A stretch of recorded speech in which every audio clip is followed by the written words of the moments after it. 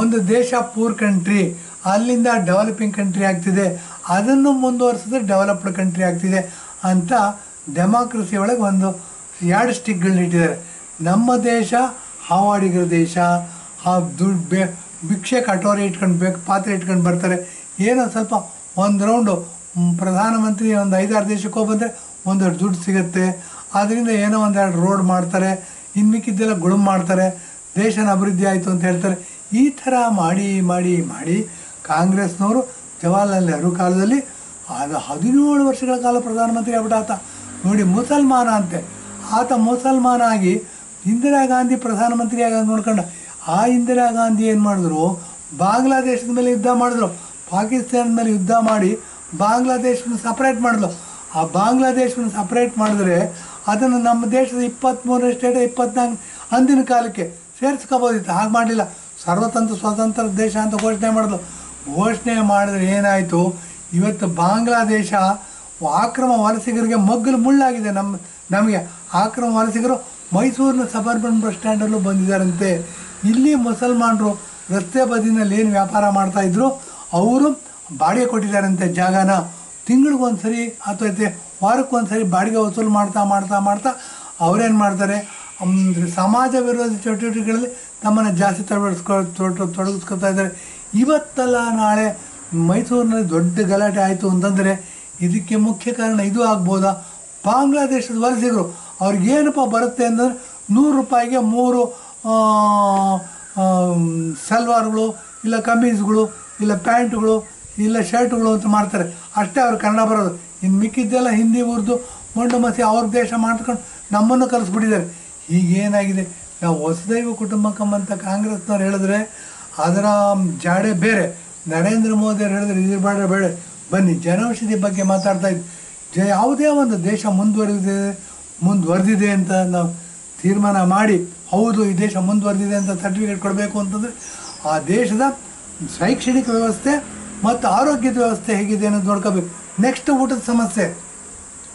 ಕಾಂಗ್ರೆಸ್ನವರು ನೋಡಿ ಸುಮಾರು 350, 370, 380 ಮೆಡಿಕಲ್ ಕಾಲೇಜುಗಳಿದ್ದಂತೆ 2014ನೇ ಇಸ್ವಿವರೆಗೂ.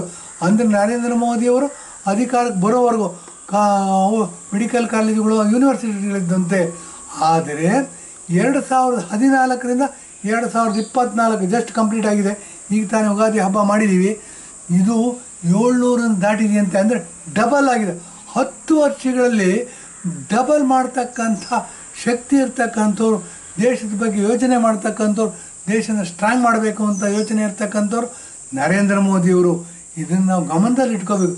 ಇದನ್ನು ಗಮನದಲ್ಲಿ ಇಟ್ಕೊಂಡು ಜನೌಷಧಿ ಬಗ್ಗೆ ಮಾತಾಡ್ತಾ ಇದ್ದೆ, ಅದ್ರ ಬಗ್ಗೆ ಮಾತಾಡಬೇಕು. ನೋಡಿ, ಯಾವುದೇ ಒಂದು ದೇಶ ಮುಂದುವರೆದಿದೆ ಅಂತ ಹೇಳಬೇಕು ಅಂತಂದರೆ ಪದೇ ಪದೇ ಹೇಳಬೇಕಾಗತ್ತೆ.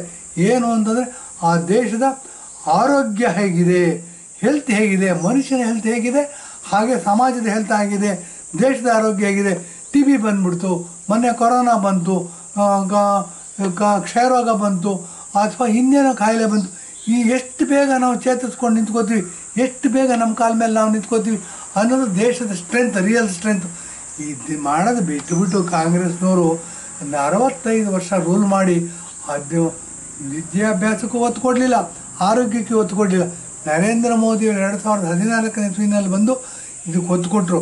ಒಂದು ದೇಶ ಸ್ಟ್ರಾಂಗ್ ಆಗಬೇಕು ಅಂದರೆ ವಿದ್ಯಾಭ್ಯಾಸದಲ್ಲಿ ಸ್ಟ್ರಾಂಗ್ ಆಗಬೇಕು. ಯೂನಿವರ್ಸಿಟಿ ಅಂದರೆ ವಿಶ್ವವಿದ್ಯಾನಿಲಯಗಳ ಸಂಖ್ಯೆ 350ರಿಂದ 360, 370 ಇತ್ತಂತೆ. ಅದನ್ನು 700ಕ್ಕೆ ಎಬ್ಬಿಸಿದ್ದಾರೆ 2024. ಕೇವಲ 10 ವರ್ಷಗಳ ಅವಧಿಯಲ್ಲಿ, ನರೇಂದ್ರ ಮೋದಿಯವರ 10 ವರ್ಷಗಳ ಅಧಿಕಾರ ಅವಧಿಯಲ್ಲಿ ಹೆಚ್ಚು ಕಡಿಮೆ ಡಬಲ್ ಮಾಡಿದ್ದಾರೆ. ಇದು ಅದ್ವಿತೀಯ ಸಾಧನೆ. ಮತ್ತು ಇದನ್ನು ಮಾಡ್ತಾ ಮಾಡ್ತಾ ಮೆಡಿಕಲ್ ಕಾಲೇಜುಗಳ ಸಂಖ್ಯೆ ಜಾಸ್ತಿ ಆಗಿದೆ. ಮೆಡಿಕಲ್ ಕಾಲೇಜುಗಳ ಸಂಖ್ಯೆ ಜಾಸ್ತಿ ಆಯಿತು ಅಂತಂದರೆ OBCಗಳಿರ್ಬೋದು, SC/ST ಸಮುದಾಯದ ವರ್ಗ ಬುದ್ಧಿವಂತರಿರ್ಬೋದು, ಅವರು ಸಹ ಡಾಕ್ಟ್ರ್ ಆಗಬೇಕು. ಡಾಕ್ಟ್ರ್ ಆಗಬೇಕು ಅಂದರೆ ಇಂಗ್ಲೀಷ್ ಕಲಿಬೇಕು ಅನ್ನೋದು ಒಂದೇ ಅಲ್ಲ. ಅದಕ್ಕೋಸ್ಕರ ಏನು ಮಾಡಿದ್ರು, ಎಲ್ಲ ಭಾಷೆಗಳಲ್ಲೂ ಡಾಕ್ಟ್ರ್ ಆಗ್ಬೋದು ಅಂತ ಅಂದ್ಬಿಟ್ಟು ಏನು ಮಾಡಿದ್ರು, ನ್ಯೂ ಎಜುಕೇಷನ್ ಪಾಲಿಸಿ ಅಂತ ತಂದರು. ನ್ಯೂ ಎಜುಕೇಷನ್ ಪಾಲಿಸಿನಲ್ಲಿ ನೋಡಿ, ಇಂಜಿನಿಯರಿಂಗ್ ಇರ್ಬೋದು, ಡಾಕ್ಟ್ರ್ ಇರ್ಬೋದು, ಅವರವರು ಏನು ಪ್ರದೇಶದಲ್ಲಿ ಏನೇನು ಭಾಷೆ ಇದೆ ಆ ಭಾಷೆಗಳಲ್ಲಿ ಪುಸ್ತಕಗಳನ್ನ ಮುದ್ರಿಸಿ ಅದನ್ನು SC/ST ಸಮುದಾಯಕ್ಕೆ, OBC ಸಮುದಾಯಕ್ಕೆ, ಸಮಾಜದ ಅತ್ಯಂತ ಕೆಳವರ್ಗದ ಜನಾಂಗಕ್ಕೆ ವಿದ್ಯಾಭ್ಯಾಸರಾಗಿ ಒಂದು ಡಾಕ್ಟರ್ ಆಗ್ತಕ್ಕಂಥ ಅವಕಾಶ, ಇಂಜಿನಿಯರ್ ಆಗ್ತಕ್ಕಂಥ ಅವಕಾಶ ಆಗಿದ್ದು ನರೇಂದ್ರ ಮೋದಿಯವರ ಕಾಲದಲ್ಲಿ ಅಂತ ಭಾಳ ಸ್ಪಷ್ಟವಾಗಿ ಹೇಳಬೇಕಾಗತ್ತೆ. ಇದನ್ನೆಲ್ಲರೂ ಒಪ್ಕೋಬೇಕು. ಏಕೆಂತಂದರೆ 65 ವರ್ಷಗಳಲ್ಲಿ ಈ ದಿಕ್ಕಲ್ಲಿ ಯೋಚನೆಯೇ ಮಾಡಿರಲಿಲ್ಲ ಈ ಮುಂಡೆ ಮಕ್ಕಳು ಕಾಂಗ್ರೆಸ್ನವರು ಏನಾದ್ರು ಹುಚ್ಚು ಮುಂಡೆ ಮದುವೆ ಏನೋ ಅಧಿಕಾರ ಸಿಕ್ಬಿಟ್ಟು ಮಜಾ ಮಾಡ್ಕೊಂಡ್ರಣ ಅಂತ. 4th ರಿಚೆಸ್ಟ್ ವುಮನ್ ಅಂತೇಳಿ ಸೋನಿಯಾ ಗಾಂಧಿ ಏನೂ ಕೆಲಸ ಮಾಡ್ದೇನೆ ಹೇಗೆ ರಿಚೆಸ್ಟ್ ಆದರು ಅಂತ ಅಂದ್ಬಿಟ್ಟು. ಬನ್ನಿ ಜನೌಷಧಿ ಬಗ್ಗೆ ಮಾತಾಡ್ತಾ ಇದ್ವಿ. ನೋಡಿ, ಜನಗಳ ಆರೋಗ್ಯ ಇಂಪಾರ್ಟೆಂಟು.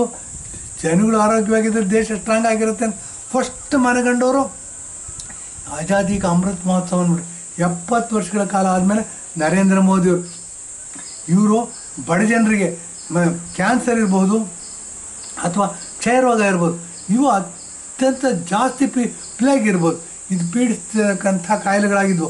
ಇದನ್ನು ಹೋಗಲಾಡಿಸ್ಬೇಕು ಅಂತ ಏನು ಮಾಡಿದ್ರು, ಅವರು ಔಷಧಿಗಳನ್ನ ತಯಾರು ಮಾಡ್ತಕ್ಕಂಥ ಕಂಪ್ನಿಗಳ ಜೊತೆ ಮಾತಾಡಿದ್ರು. ಔಷಧಿಗಳು ರಿಸರ್ಚ್ ಮಾಡ್ತಕ್ಕಂಥ ಸೈಂಟಿಸ್ಟ್ಗಳ ಜೊತೆಗೆ ಇಂಟ್ರ್ಯಾಕ್ಟ್ ಮಾಡಿದ್ರು.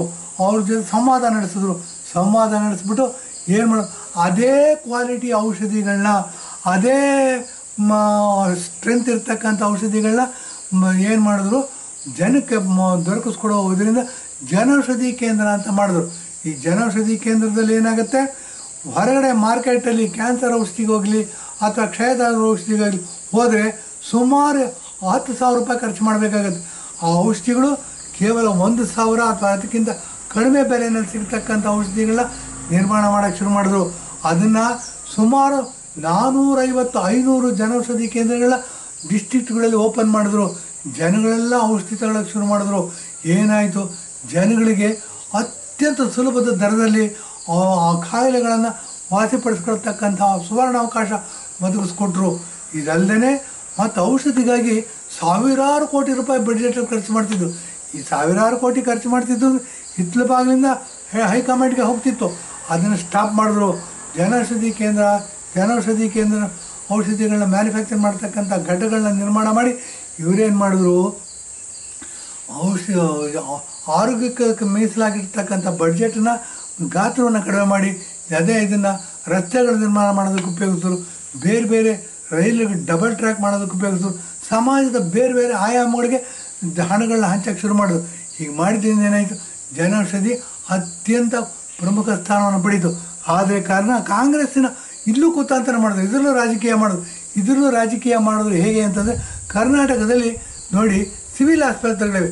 ಆ ಸಿವಿಲ್ ಆಸ್ಪತ್ರೆಗಳಲ್ಲಿ ಯಾರು ಟ್ರೀಟ್ಮೆಂಟ್ ತೊಗೋತಾರೆ ಅಂತಂದರೆ ನೋಡ್ಬೋದು. ನಾವು ಬೆಳಗ್ಗೆ 8 ಗಂಟೆಗೆ ಹೋಗಿ ನೋಡಿಬಿಟ್ರೆ ಬುರ್ಕಾ ಹಾಕ್ಕೊಂಡು ಬಂದಿರತಕ್ಕಂಥ ಹೆಂಗಸರೇ ಜಾಸ್ತಿ ಇರ್ತಾರೆ.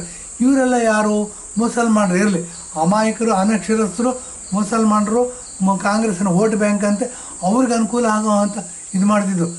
ಏನಾಯಿತು, ಇಂಥ ಪರಿಸ್ಥಿತಿನಲ್ಲಿ ಇಂಥ ಕೇಂದ್ರಗಳು ಜನೌಷಧಿ ಅಂಗಡಿ ಯಾರಾದರೂ ಓಪನ್ ಮಾಡ್ತಾರೆ ಅಂತಂದರೆ ಅವ್ರಿಗೆ ಪರ್ಮಿಷನ್ ಕೊಡಲಿಲ್ಲ ಕಾಂಗ್ರೆಸ್ಸಾಗಿ. ಮೈಸೂರಲ್ಲೂ ಕೊಟ್ಟಿಲ್ವಂತೆ. ನೋಡಿ, ಮೈಸೂರಿನಲ್ಲಿ ಸಿದ್ದರಾಮಯ್ಯನವರು ಮುಖ್ಯಮಂತ್ರಿ ಆಗಿದ್ದಾರೆ. ಜನೌಷಧಿ ಕೇಂದ್ರ KR ಆಸ್ಪತ್ರೆಯ ಕಾಂಪೌಂಡಲ್ಲಿ ಇಲ್ವಂತೆ. ಧನ್ವಂತರಿ ರೋಡಲ್ಲಿ ಜನೌಷಧಿ ಕೇಂದ್ರ 1-2 ಇರ್ಬೋದು, ಗೊತ್ತಿಲ್ಲ ನಮ್ಗೆ. ಯಾರು ತಿದ್ದರೆ ಈ ವಿಷಯಗಳೆಲ್ಲ ಸರಿ ಮಾಡ್ಕೊಂಡು ಮುಂದಿನ ಎಪಿಸೋಡ್ ಮಾಡ್ತೀವಿ ಅಂತ ಹೇಳ್ಬಿಟ್ಟು ಮುಂದೆ ಹೇಳ್ತೀವಿ. ಈ ಜನೌಷಧಿ ಕೇಂದ್ರ ಏನಾಯಿತು, ಜನಗಳಿಗೆ ಅತ್ಯಂತ ಬಡವರು, ಅಮಾಯಕರು, ಅನಕ್ಷರಸ್ಥರು, ಯಾರು ಕೆಳಸ್ತರದ ಜನಗಳಿದ್ದಾರೆ ಅವರಿಗೆ ಸುಲಭವಾಗಿ ಉತ್ಕೃಷ್ಟವಾದ ಔಷಧಿಗಳನ್ನ ದೊರಕೋ ಹಂಗೆ ಮಾಡಿದರು. ಈ ಕಾಂಗ್ರೆಸ್ಸಿನವರು ಏನು ಮಾಡ್ತಾರೆ, ದ್ವೇಷ ರಾಜಕಾರಣ ಮಾಡ್ತಾರೆ. ಇವರಿಗೆ ಜನಗಳು ಒಳ್ಳೆಯದಾಗೋದು ಬೇಕಿಲ್ಲ. ಇವರೇನು ಅಂದರೆ ತಮ್ಮ ಬಂಡವಾಳನ ತುಂಬಿಸ್ಕೊಳ್ಳೋದು, ತಾವು ಶ್ರೀಮಂತರಾಗಿ ಮೆರೆಯೋದು. ಏನಾಗುತ್ತೆ, ಬೇರೆ ಬೇರೆ ದೇಶಕ್ಕೆ ಹೋಗಿ ಬಂದರೆ ಯಾರೋ ಪ್ರಧಾನಮಂತ್ರಿ ಮಗ ಅಂತೆ, ಸೋನಿಯಾ ಗಾಂಧಿ ಮಗ ಅಂತೆ, ರಾಹುಲ್ ಗಾಂಧಿ, ಅವರಿಗೆ ಏರ್ಪೋರ್ಟ್ಗಳಲ್ಲಿ ಚೆಕಿಂಗ್ ಇರಲಿಲ್ವಂತೆ. ಈ ಥರ ವ್ಯವಸ್ಥೆನೆಲ್ಲ ಕ್ರಿಯೇಟ್ ಮಾಡ್ಕೊಳ್ಳೋದಕ್ಕೆ ಇವರು ತಮ್ಮ ಬುದ್ಧಿಶಕ್ತಿ, ತಮ್ಮ ಎಲ್ಲ ಖರ್ಚನ್ನು ಯೂಸ್ ಮಾಡ್ತಿದ್ರು. ಇದನ್ನೆಲ್ಲ ಇದು ಮಾಡಿಬಿಟ್ಟು ನರೇಂದ್ರ ಮೋದಿಯವರು ಏನು ಮಾಡಿದ್ದಾರೆ, ಜನೌಷಧಿ ಕೇಂದ್ರಗಳನ್ನ ಮಾಡಿದ್ರು. ಪ್ರಧಾನಮಂತ್ರಿ ಜನೌಷಧಿ ಕೇಂದ್ರ ಅಂತ ಅಂದ್ಬಿಟ್ಟಿದೆ. ನಮ್ಮ ಮೈಸೂರಿನ ವಿವೇಕಾನಂದ ನಗರ ಬೆಮೆಲ್ ಹೋಟೆಲ್ಲಿ 2 ಜನೌಷಧಿ ಕೇಂದ್ರಗಳಿವೆ. ಇದನ್ನು ಗಮನದಲ್ಲಿಟ್ಕೋಬೇಕು. ಇಲ್ಲೇನು ಅಂತಂದರೆ, ನಾನೇನು ಮಾತಾಡ್ತಾ ಇದ್ದೀನಿ, ನಾನು ಸಹ ಈ ಜನೌಷಧಿ ಕೇಂದ್ರದ ಉಪಯೋಗ ಪಡ್ಕೋತಾ ಇದ್ದೀನಿ. B ಕಾಂಪ್ಲೆಕ್ಸ್ ಮಾತ್ರೆ ಇರ್ಬೋದು, ವಿಟಮಿನ್ B12 ಇರ್ಬೋದು, ಮಲ್ಟಿವಿಟಮಿನ್ ಕ್ಯಾಪ್ಸೂಲ್ಸ್ ಇರ್ಬೋದು. ಈ ಥರ ಕಾಯಿಲೆ ರೋಗ ನಿರೋಧಕ ಶಕ್ತಿಗಳು ಬೆಳೆಸ್ತಕ್ಕಂಥ ಮಾತ್ರೆಗಳನ್ನ ಅಲ್ಲಿಂದ ತೊಗೊಂಬರ್ತೀವಿ. ಭಾಳ ಚೀಪಾಗಿ ಸಿಗ್ತಾಯಿದೆ. ಇದರ ಸದುಪಯೋಗನ ಎಲ್ಲರೂ ಪಡ್ಕೋಬೇಕು. ಎಲ್ಲರೂ ಪಡ್ಕೊಂಡು ರೋಗವನ್ನು ದೂರ ಇಡಬೇಕು.